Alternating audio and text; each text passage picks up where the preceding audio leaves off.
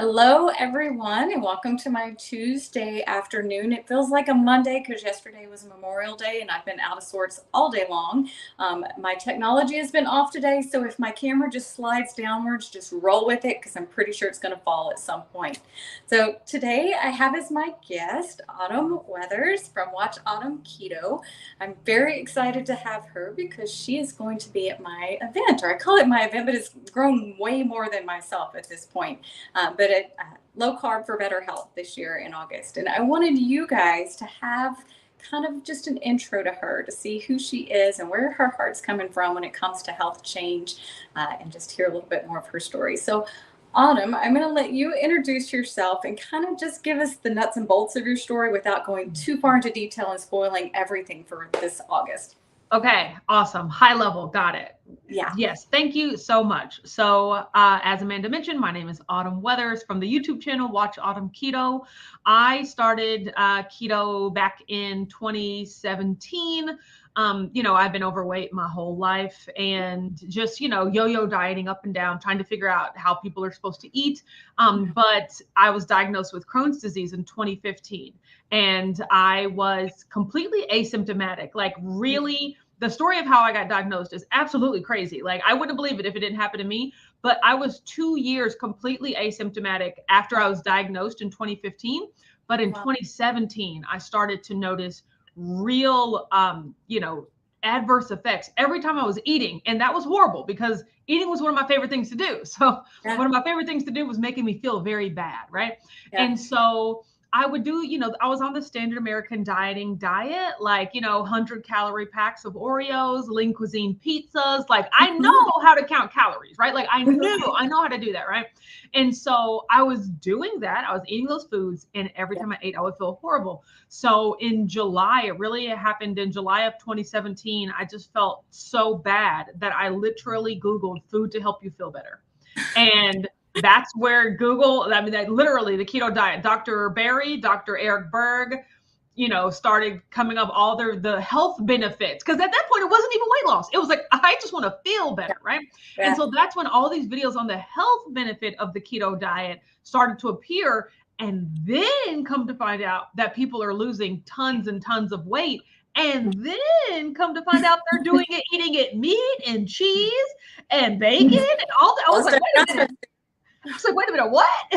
And so that really just like started my, like the wormhole down the ketogenic diet and lifestyle. And so I've been doing it since 2017, on and off. I wouldn't say I'm super strict, but I'm super, I would say consistent, because I have really internalized, and I truly believe, like Dr. Berry says, that some form of this is the proper human diet. Like all I ever wanted to know my whole life was how people were supposed to eat, because I would look around and it would seem so easy for other people. It's just like, are you thinking about food all the time? Does food call to you? How can you only have one cookie, but like I feel like I need 17? Like it's just like I felt like everyone knew how to eat, and I just didn't know how to eat.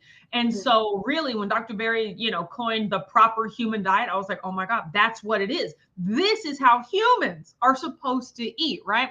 And so I've just been following some phase of that for the past 6 years at this point. And along the way, I've got to meet so many great people. I've gone to so many conferences. I've even started one of my own, right? And so that brings us to today. I'm just really committed to my health and to helping people that want to understand the proper human diet and a better way of how people are supposed to eat, what the human body was made to do with what you give it. I absolutely love that.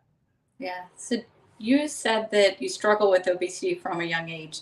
How far back do you remember or look at pictures and say, all right, I was overweight at that point? So I talked about this on the low carb cruise last year in my talk. Another facet of my story is that I'm a twin. I'm a fraternal twin. So I have a twin sister. So even though we don't look exactly alike, we were always the same age. Like we were always at the same point in life. And it became very clear at a point where I was starting to be bigger than she was, right? And so that's as young as 5 or 6. You can start to tell that like, one of these things is not like the other, right? And so added on that layer of societal pressure and adolescence and growing up, already not liking how I look, when I have a literal human form to compare myself to, 10 feet away, it was crazy as a youth. So that's just, I noticed from a very young age that like we were kind of going off in different directions. Yeah, and I assume that you guys were eating some of the same foods. You're raised in the same household, so you're exposed to the same parents, same toxins, same water, same all of Yeah. that. But there's something that went on different with you. And I don't know if you've thought back to figure out exactly what the difference was. And sometimes we can't. I've talked about in my life, my sister, there's 7 years between us, but if you look at us now, we look very similar. But she was always really skinny, and I had to really watch. And I think it was all the antibiotics and things like that that Yeah. I had to take from ear infections. Can you Yeah. pinpoint anything that was different between you and your sibling? Well, to be honest, I think genetics plays a part to do with that too. Like being it that we are two different, completely different beings, Yeah. just the body style that she adopted from my father and the body style that I got from my mother, and just really the way, because you're right, our environments were the exact same, but I just took so much after my mother in terms of my actual shape and my thoughts and, just how, I don't know, the perception of my environment, to where even though my sister came from the same mother, but she really didn't, get a lot of those traits. Yeah. So let's fast forward to the Crohn's disease diagnosis. And this is something that is near and dear to my heart because two of my brothers suffer from Crohn's disease. Both of them had colon resections at Mhm. different points in their life from Crohn's disease. And so when you started, you were sick, you didn't feel well, you started on this Mhm. journey. Did you have any idea that it could treat your Crohn's disease, or were you just hoping for a little relief? Where were you at? So here's the thing, like my father has Crohn's disease, my grandmother had Crohn's disease. I had no idea what that meant, right? All we literally knew was like dad spends a lot of time in the bathroom. That's Mhm. it. Like I just had no other, I knew it was a bathroom disease, right? But I had no idea what it was until I started to feel bad, and bad enough to where my mom was like, nope, I'm not playing this, let's go to the hospital. And they actually said that was the first time I had a colonoscopy, and that they actually said from the state of my small intestines, it looked like my intestines had been inflaming and scarring for 5 years. Like Yeah. it was 5 years worth of damage before I ever even had a symptom. And so that was the first introduction to the word inflammation that I didn't know. Inflammation is like when your wrist is swollen because you hurt. Like I didn't know internal inflammation at all. But I went to the hospital, had my CRP done. It was 25, and they were like, "This is supposed to be 0." And I was like, "What?" And so I learned so much. So Mhm. when I Googled food to help you feel better, Yeah. and one of the first things that I saw was the anti-inflammatory properties of the keto lifestyle, that's where I was just like, oh my God, I know that I have inflammation disease and this Mhm. is anti-inflammatory. Maybe this will help. And so that's really one of the key words that I kind of honed in on, but I had Mhm. never thought about that until 2015. How long did it take you to see an improvement in your gut health? So I would say within the first 6 months, really the first 3 months of actually committing to it. And then one day just waking up and just being like, oh, I don't feel bad. Right. And it would go, the symptoms would come and go with much less frequency than it used to be. But, at that point, as mentioned, I had already been inflaming and scarring for about 5 years. So I also had to have surgery in January of 2019. So this is a year and a half after I started keto. My gastroenterologist was like, we should go ahead and get this out before it progresses, any worse. And then we can kind of start fresh with the intestine that you have left. And so really the keto lifestyle was to preserve and prevent the inflammation and the scarring from continuing after I had that resection. But ever since 2019, January 2019, when I had my surgery, literally symptom free. Yeah, yeah, and I love that you bring out that point is, people think if you make a change, all of a sudden your life should be different and you should never have any further health complications. But unfortunately, we can't undo some of the damage that is Mhm. there. All we can And, do is and try to even prevent. even if we didn't know that it was happening while it was happening, right? Yeah, yeah, very true. All right. So you mentioned in your intro too that you stay this way of eating the majority of the time, kind of Mhm. up and down, and a lot of us are that way. So I have psoriasis, and I've had psoriasis since I was 5, which is another Mhm. inflammatory condition, probably Yep. all genetically related to Crohn, since I got siblings with that and all that lovely. Exactly. Yep. So I know I personally have some hard and fast rules that I don't cross. Like I don't Mhm. consume sugar and I don't consume grain, because those Mhm. are, and even if I get over a certain amount of carbs and I'm not Mhm. ketogenic, Mhm. those are my hard and fast rules that don't change. Mhm. What are some, do you have those? Do you have hard and fast rules that, like, no matter what, these are a line I'm not going to cross? So number one, I don't drink my calories. Mm. So unless I'm really, and I don't use terms like cheat meal, cheat day, but like on an everyday basis, I will never drink regular soda or sweet tea, juice, Gatorade, like anything that just like is a sugar drink. I Yep. just don't drink it. Right.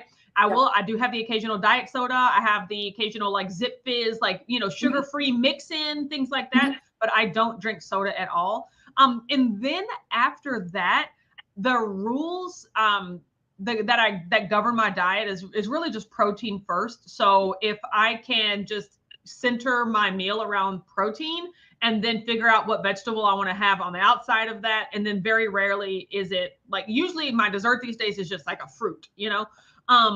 And other than that, I'm really trying to watch the amount that I eat and the intention of why am I eating, right? So I feel like after we get to a certain point in our diet journeys, we already know the quote unquote rules, right? We know how many grams of carbs, we know this, that, we know what makes us feel good and what doesn't. But Mhm. sometimes, a lot of times, we still eat things and act in ways that aren't in our best interest, right? So the root is really, why do we continue to do those things when we don't have the long-term desire to do it, but for some reason that short-term desire seems so important. Yeah. And so really just examining my habits and my intention and why I'm eating, when I'm eating, why am I eating as much as I'm eating? Why am I eating what I choose to eat? Like that's really what I've been getting into this year. Yeah, that mental game that we play with ourselves is Mhm. more important sometimes than the what we're putting in our mouth at that moment. You can Yeah. put something in your mouth, but it doesn't change what you're doing up here, or What you're you thinking, yeah. think something and then eat in response to that. And Exactly. And and that is the exact work that I'm doing, right? And so I'm at the point in my journey where it's less about the low carb tortilla that I'm having, the one low carb tortilla that I have, yeah, versus using that as an excuse to be like, oh, well, I'm probably already out of ketosis. Well, where are the tortilla chips? Where's the sugar? It's really more about, like you said, how we think about what we're doing versus what we're actually eating on a day-to-day basis. yeah, yeah.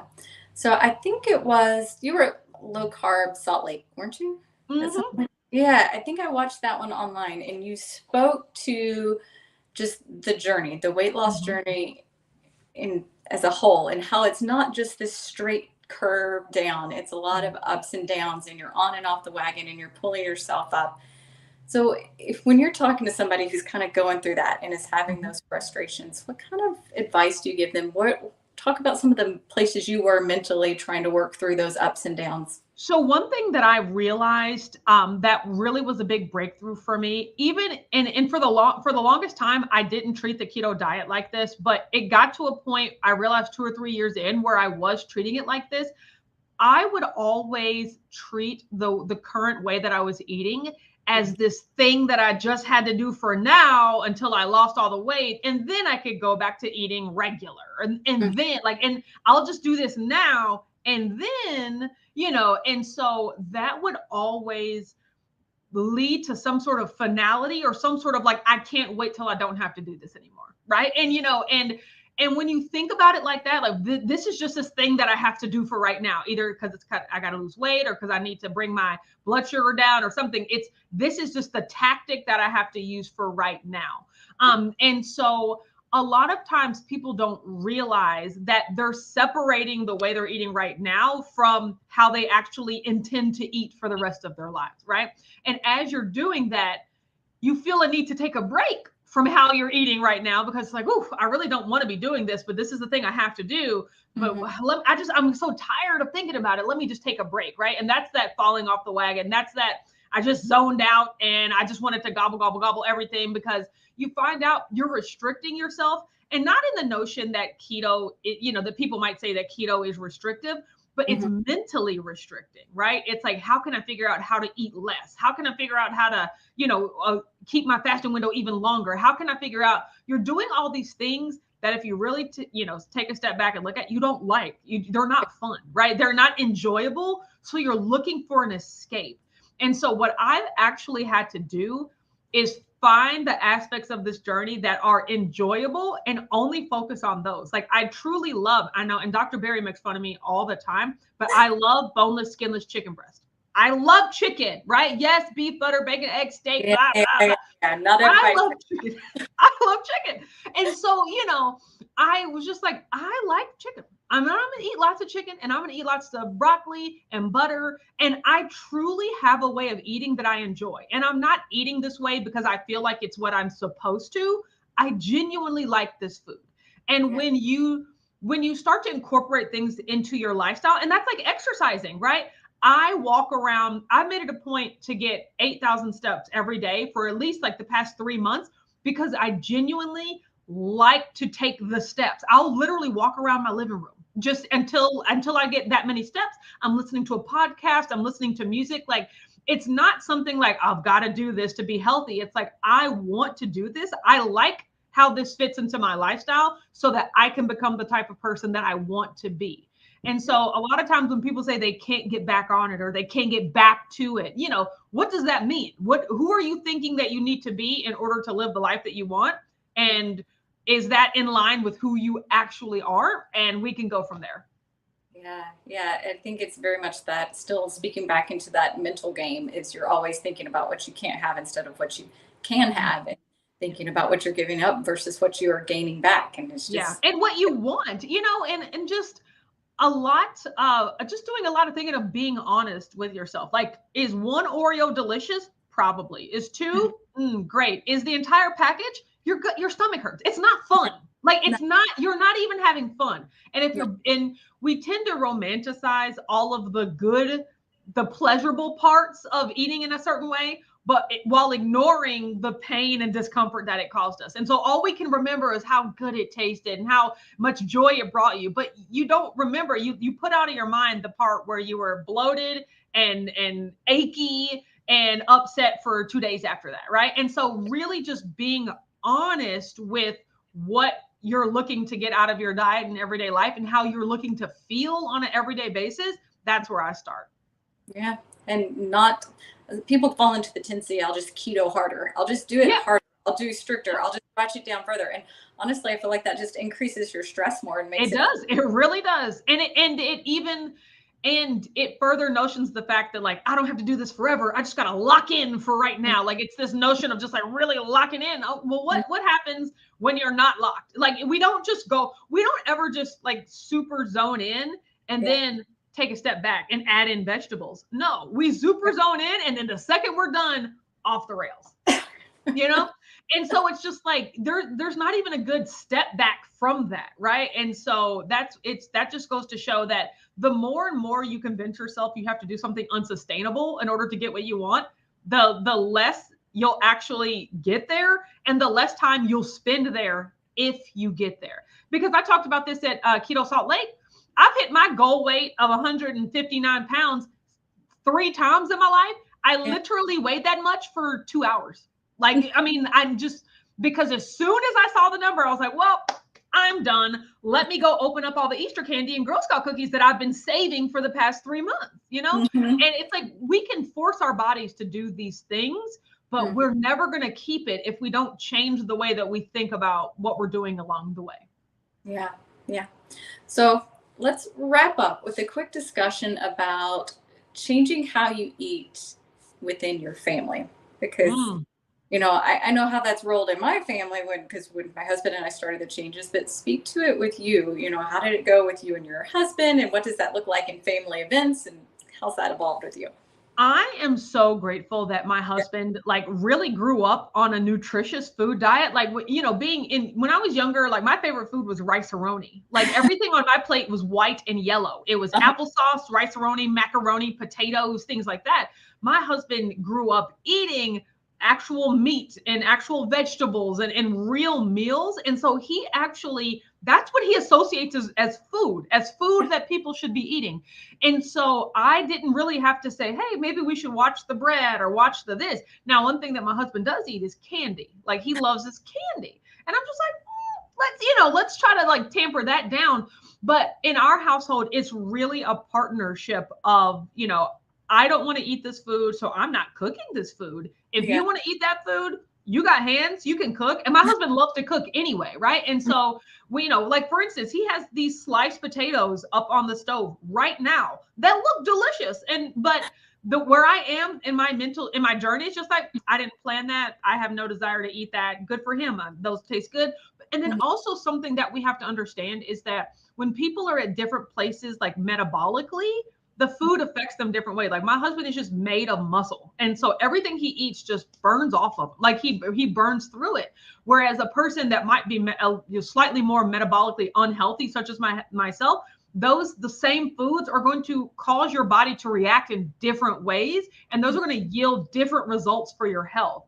And so instead of coming in this notion of like, it's not fair that he gets to eat potatoes and candy and I can't, it's just, recognizing reality. Like, there's a certain way that I can eat that helps me reach my goals. There are certain foods that he eats that helps him reach his goals. Those might not be the same thing, but we're both getting to the same place, which is striving to be the healthiest versions of ourselves. Yeah, that all goes back to that mental game that we've been talking about. And I mean, that's really, that is really what I have shifted my focus on. Because once again, doing this 6 years, I know what fruits and vegetables are keto and what's not. Yeah. I know everything that I should be eating. But in speaking of that journey of like getting on and falling off and getting on, it's not the food. The food is the same, right? So what is it about how we're thinking? And that's really where I've committed a lot of my time this year. Yeah, awesome. It's a great place to be, especially at this point in your journey. All right, tell us quickly about your event. Yes, so I would like to invite you to Keto Pa-LOU-za. It is the 4th annual Keto Pa-LOU-za happening in my hometown of Louisville, Kentucky. So that's Keto P-A-L-O-U as in Louisville, Z-A. You can go to ketopalooza.com. You can see all of the speakers that we have, the hotel in downtown Louisville that it's going to be at. It's October 6th through the 8th of this year, and we'd love to see you there. Yeah, I went last year with my health coach, Amber. We had a fabulous time. The hotel was beautiful. The city was beautiful. It was well run. That makes me so happy to hear. It was great. And also for people in my area, that is our fall break time. So you might have a little bit more leeway to go out and explore, and Louisville will be a great place to go. And as I mentioned in the beginning, Autumn will be at Low Carb for Better Health on August the 26th here in Dixon, Tennessee at Montgomery Bell State Park. Beautiful Montgomery Bell State Park. If you guys have not been out there, they've remodeled it. It's absolutely beautiful for our area. You can find out more information on my Facebook, on my Twitter at Deckerless Carbs, or our website, lc4bh.com. Also, Autumn will be a vendor. We haven't even mentioned your company. Yes. So Keto Strong. Yes. So I am a t-shirt lover and a maker of t-shirts. And so I have lots of t-shirts that I've developed over the years with like my favorite keto sayings and things like that. And so, yes, my company is called Keto Strong. And so we'll be having some shirts there. I also make all of the shirts for Dr. Berry's Proper Human Diet line. So I'll be having some Proper Human Diet shirts there as well. But, one of the ways that I like to enjoy this journey in this community is just like by wearing it on my body, right? And so there'll be plenty of opportunities. I feel like aside from second to food and snacks, I feel like shirts is one of the things that people most love on this keto journey. And so I am just happy to be able to just have some designs and put them out there and help people express their love for the keto diet and lifestyle. Yes, and if you look on our Facebook page, one of the pinned posts, you can find the link to get one of the conference shirts that's got the cool logo that my mom designed, the date of the conference, and our sponsors on the back. Yep. You can purchase that and avoid shipping by picking it up on the day of the event from Autumn, which would be awesome. Yep. Is anything else we need to cover? Any parting words that you want to throw out there? I just want to say, keep going. It's not right or wrong. The only time you fail is when you quit, right? I've been at this for 6 years. Still, I've grown so much. But there's a lifetime to go, right? And so as long as I'm committed to not giving up on myself and my health, everything else is just learning and coming out in the wash. Absolutely. Thank you so much for joining me. See you in August. My pleasure.